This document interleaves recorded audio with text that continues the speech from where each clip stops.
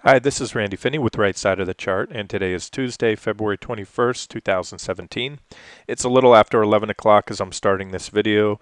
I hope those of you that had yesterday off enjoyed the long three-day weekend. As most of you know, the U.S. stock markets were closed in observation of President's Day, so we have an abbreviated trading week, and let's just get going and dive into the charts here. What I want to do in this video is an overview of the Qs. I'll just focus on that one index right now. Qs referring to QQQ, the Nasdaq 100 Tracking ETF. As some of you know, I put for the first time in months an official short trade idea. It's what I call an anticipatory trade, meaning we don't have any sell signals. The Q is not only in an uptrend, it's in one of the most powerful near-term uptrends in a while, right off new highs. So as I stated in that trade idea, it's certainly an aggressive trade, and there are some levels to watch, and that's what I'll go over here for those of you that prefer not to jump the gun or fight the trend and want a little bit more conventional sell signals or evidence to support a short trade. And I'll go over those levels, and I want to start out with the Qs, a couple other things that stand out to me. And then I'm going to roll into, time permitting, I'd like to take a look at the top 10 holdings of the QQQ, because the top 10 holdings alone make up over 50% of the returns of the QQQ. So therefore, if you want to know where the Qs are going, you really only have to get a good read on the charts of those top 10 holdings, because I can assure you it makes up 51% of the weighting, and where they go, that's where the market's going to go. All right, so let's take a look here. We're starting out on a daily chart. I know a lot of this is repetitive if you've been following the site, but however, for those of you who are new to the site or just haven't had a chance to catch the updates recently, the story on the QQQ is pretty much a stock market as a whole. We've had these series of divergent highs. I pointed those out. And again, the point I like to impress is they do work. Not every time. There are some instances where divergences are burned through, although I put that number well under 10%. In other words, 90% or more of confirmed divergent highs play out. And you can see, again, the corrections. And here we are yet with another divergent high. And again, although these were series of smaller divergent highs, you can see the various trend lines, making lower lows. The bigger picture remains this is just one really large extension of what I call a series of consecutive negative divergences. In other words, this was a separate divergence here. Then you had a much higher peak on the PPO and the RSI over here, and so that pretty much, if you will, reset the divergences, and that was a very healthy correction that did that. So that's good for the market. It purges out excess bullish sentiment. It purges out or helps to increase some short interest, which then becomes natural buyers for the market, and of course it brings valuations in short order down to more reasonable levels. And we're still at one of the most overvalued markets in history, not just years. So the longer term outlook for the stock market, at best it should be tough sledding, but who knows? Tops are can become overbought and exceed what one might consider reasonable valuation levels. That can go on for months or even years at a time. So that's the picture I'm looking at now from a daily time frame again. And excuse me, what stands out to me are these yellow lines right here, this yellow uptrend line and this one up here, which really form a large bearish rising wedge. And within that, you have this minor uptrend line. So we'll get to this on a 60-minute chart here in a second. This purple line is my price target if and when this yellow uptrend line gives way in the coming weeks to months, and that's simply a measure of the widest part of the wedge right here, added to where I expect that wedge to break down. And again, this is just based on my reads on the chart, right or wrong, that I do expect this minor uptrend line to break soon, and that will be the catalyst for a move most likely down to the bottom of the wedge. And then based on where we are, we're not near the apex of the wedge yet, or at least not there, but we're at a point in that wedge where it could break down should it get here in the coming weeks to months. So that's the bigger picture. Just to flip back out all the way to the weekly chart. There's a same wedge. You can see it clearly here on this weekly chart, divergences. And again, I've covered this chart and others in detail. So now let's zoom down to the 60-minute chart, take a look at the Qs. 60-minute charts really help you hone down on your entries. So again, for those that don't want to jump the gun, this is an uptrend line that I've been focused on right here, this minor uptrend line. We'll make that a different color just so it stands out for you. So keep an eye on this one. Let's make it a little bit brighter. There we go. So there's a story. You can see these two white lines form a wedge which was broken and back tested. And then really all this action right here, you can see the yellow line is parallel to this longer uptrend line here. So this forms a price channel. So whether you give any validity to that wedge or not, you know, it's not very often you see a back test last this long. But what we can say with near certainty, well, it's not even opinion. This is fact. This is a price channel. So I take that line, color that yellow, and now we have a pretty well-defined, very tight ascending price channel. So that's a technical level, and therefore a break of that level should be watched by many eyes. That's a very clear and apparent uptrend right there. So that is a sell signal I'm looking for. Coming down to the 60-minute, we still have those divergences in place, and they've been building since all the way back here in mid-December. Again, things I've covered many times in the past. These are my near-term price targets. If and when we get here down to T3, which is either the first of the 120, 182 level or this purple uptrend line, then I'll have to assess the charts at that time. But I just want to let you know, despite today's rally in the market, you know, the Qs are up 0.41% as I do this. Not surprising at all. Let's roll into my next chart, and I'll explain what I mean by that. Okay, this is the what I call my OPEX ramp chart. This is a chart of the QQQ. It's a 2-year daily chart, as you can see up here, 2-year daily, and shows the price of the Qs. Now the red vertical lines here are standard options expiration dates, which are the third Friday of every month. That's when the standard stock and index options expire. And this chart is not as mocked up as the ones that I posted on the site. I usually add my annotations after the fact. You can just at quick glance, point being that the market tends to rally into OPEX. The circles here are the times that we didn't get the OPEX ramp, and I actually had a circle right here as well on the last chart that I posted. So we didn't have one last month, but it's very common to see the market rally into OPEX.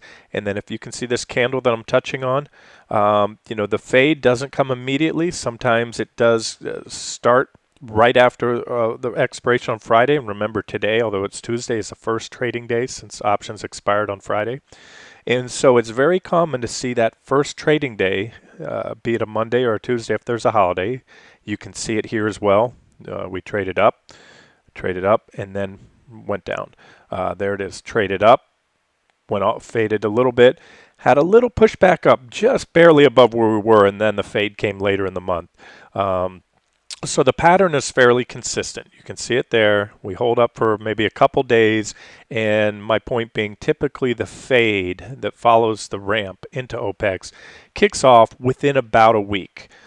Sometimes the very first or second trading day, sometimes it's 5, maybe 6, 7 trading sessions on the outset, but with very little upside. And I also mentioned that after a big correction, I don't expect the OPEX ramp. Prices have been reset, if you will. Valuations, excessive valuations, and bullish sentiment have already been erased after a big correction. So it's not uncommon to see a rally into OPEX and then a continuation. What we have here, this is, I won't call it an anomaly, but it is unusual to see. We haven't seen OPEX fade. We've seen 2 ramps in a row.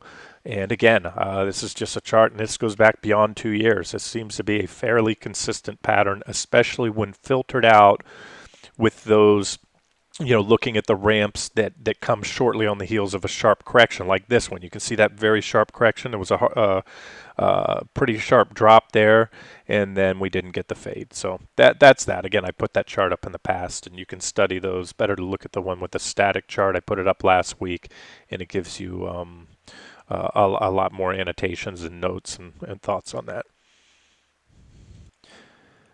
Okay, here's a chart that is certainly a, let's just call it a red flag.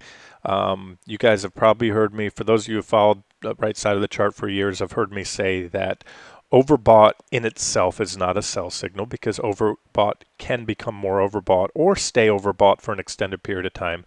However, it is certainly a red flag, and nearly all the overbought readings in the past, whether they went on for a few weeks or you had a double top. This is what I call a double tag, when you have two consecutive overbought readings in close proximity.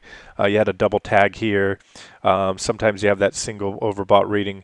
But again, the charts make it pretty clear. You just take a look at what's happened in price following those overbought readings, and you can see that in this case what happened, we really for the most part traded sideways for months.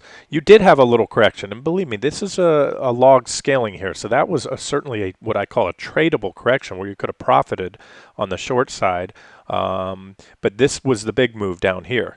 Very sharp correction, and again, there was that double tap that over those overbought conditions. What it did, the market gets ahead of itself, and then just as with today, and I feel very strong on this, the risk reward at that point is skewed to the downside, and that means it doesn't mean the market can't go up. It just means that the likelihood of the next 10% move in the market from that point is to the downside versus the upside. Here's a double tap reading. As you can see, the first overbought reading didn't do anything. We had a little pullback in the RSI and then hit it again in very close proximity. Correction. This one didn't pan out until few weeks later, so we continue to rise. But again, let's just say, for example, and I'm not advocating this method, but if you shorted every overbought reading, and I should make that clear, guys. I wasn't very clear in the beginning. Overbought is technically an RSI reading of 70 or more, and I'm sorry, I shared this chart last week when we hit this level. I added a line at I'll have to pause it for a second. Okay, I had to scroll down. I added a line here, horizontal line at the 80 level. So that is what I call an extreme overbought level. That blue line right there is the 80 level. Now we're at 85.22 on the RSI. So this is actually an unseen. We are in uncharted territories. The market, as far back, I went over 20 years. We'll do that now in a second here. Has never been this overbought. And typically you get these, you can see there's a couple instances here where we exceeded that 80 level. And that one we came right about to it, and that one right about to it. This one seems a little bit higher. Point being, now we're at 80, over 85, and let's just go back a little longer in time. We're looking, this is a 10-year span here, so if I want to zoom out, I think the Qs on this chart will only go back to 1999, but we all know what happened then. Let's just take a look here for you. Okay, so there it is. Here's that line at 80. And we're at 85 now. We're above that level, and you're going all the way back here. There's the bubble, the tech bubble that burst in 2000. We never even became this overbought on the daily. So be careful, guys. That's all I'm going to say. I'm looking for a big swoon down, right or wrong. And again, you can't use just the RSI, especially as a timing indicator for what I said, because it can become more overbought. I pointed this out last week when we hit that 80 or just crossed above the 80 level. And here we are, we went up from there, we're at 85. So there's a good example. However, what you can do is use that as sort of the heads up or the warning sign that prices have gotten ahead of themselves, and then use this 60-minute chart to hone down your entries. So I made it clear that personally I started somewhat aggressively shorting the markets last week, and I added to it on the strength this morning right before I started this video. I added some short exposure. I think it's a matter of time, and I have enough dry powder to add a little bit more if and when this breaks down here soon. And so that's that. All right, I'm going to cap this video here, and then what I'll do in the following video, for those of you who are interested, is go over the charts of the top 10 components of the QQQ, or the Nasdaq 100. That's something I like to do at times. And what it does, it helps to either affirm my analysis and what I'm seeing on the QQQs, or possibly refute it. And by that I mean if I go through the top 10 components and for whatever reason, I can't make a strong bullish or bearish case that I'm seeing on the Qs, maybe I'll take a step back and my conviction won't be so strong. But however, that's not the case right now. As I go over the charts of the individual components, the top 10 of the QQQ, I think it'll be pretty compelling how many similar trend lines, the common theme, these divergences that continue to build, and some other things I'm seeing there. But again, that one will it takes a while to go through the top 10 components, especially if we look at a few different time frames. So I'll wrap up here and again leave you with the most important level right now, or at least near-term level I should say, is that minor uptrend line. And you can see all the horizontal lines. I tend to brighten up the ones that are more significant support levels like T1, T2, T3, this purple trend line, and there's some minor levels there, but disregard those minor levels right now. In fact, at this point, prices have moved up to the point where I think we'll see our initial reaction likely to come in here around the 127.50 level. So I'll just label that for you guys as S1. For those of you who like to take quick pot shot trades, if we get a breakdown and you're bullish and you think they're going to step in and buy the dip aggressively and take it to new highs, then you could most certainly cover there. And if you're of the mindset that I'm completely wrong and this market has a lot more upside to go, and you're looking to buy the next dip, well, here's the same levels. You can look at this from the glass half full or glass half empty perspective. So you're bullish, you want to add exposure, add it at S1, certainly at that T1, that's a more significant support level. I see more reactions and etc. So at that point, let's just say I was bullish looking to add scale in or add exposure down to any or all of these levels. Where I would be very concerned is if this purple uptrend line went. That goes back a little bit longer. You can see that comes back to the November lows. So one to keep an eye on. All right, this has been Randy Finney with Right Side of the Chart, and again, I'll try to get to that individual top 10 components of the QQQs, go over those charts in a separate video. Have a great day.